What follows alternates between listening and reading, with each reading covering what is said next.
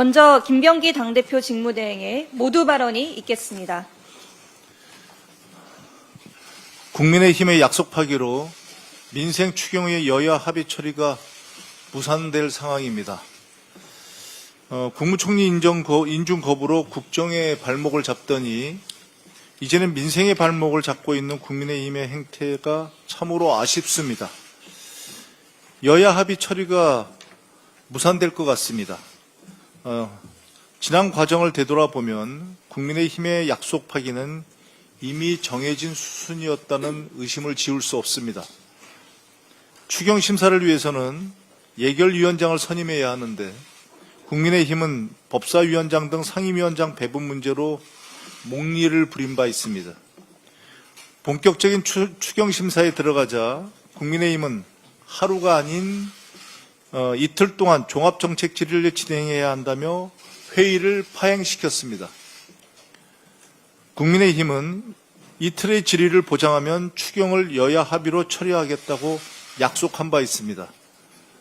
민주당은 대승적견지에서 질의 일정을 하루에서 이틀로 늘려주었습니다.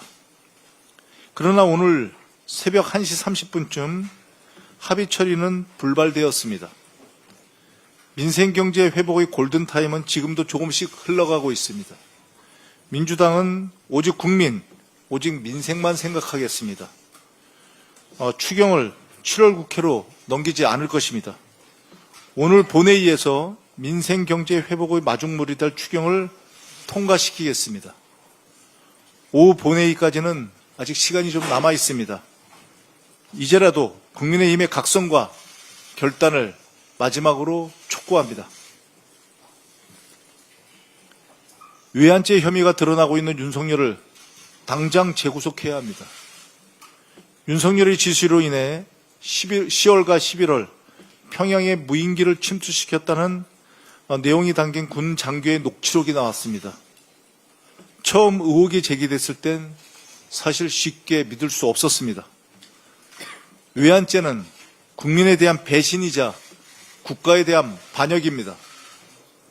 만약 북한이 군사적으로 대응했다면 남북 간의 무력 충돌이 일어났을 것이고 대규모 재앙이 발생했을 것입니다. 그 피해는 말로 다 표현할 수 없습니다. 다른 무엇보다 국방의 의무를 다하고 있는 우리 20대 청년들이 제일 먼저 가장 많이 희생되었을 것입니다. 더 이상 무슨 이유가 필요합니까?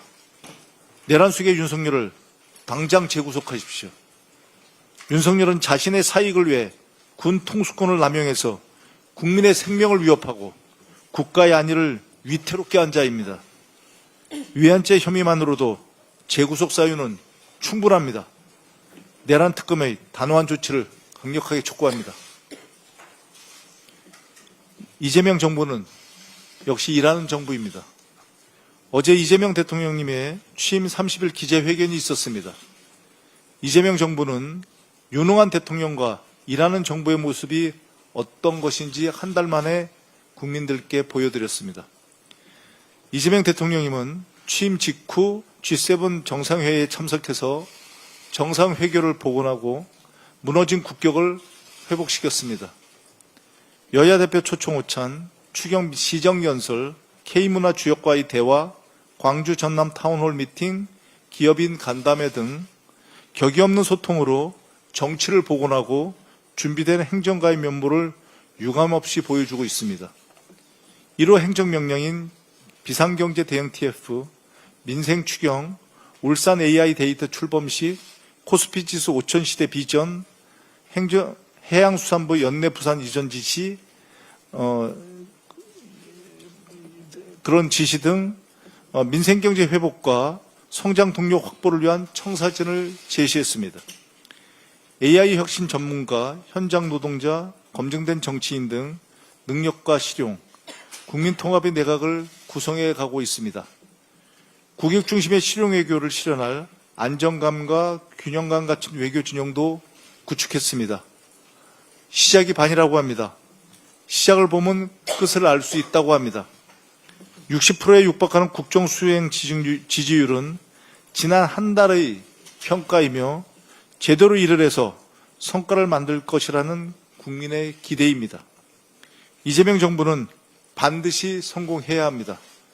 그것이 국민이 살고 대한민국이 사는 길입니다. 민주당은 이재명 정부와 국민의 성공을 위해 전력을 다하겠습니다. 이상입니다.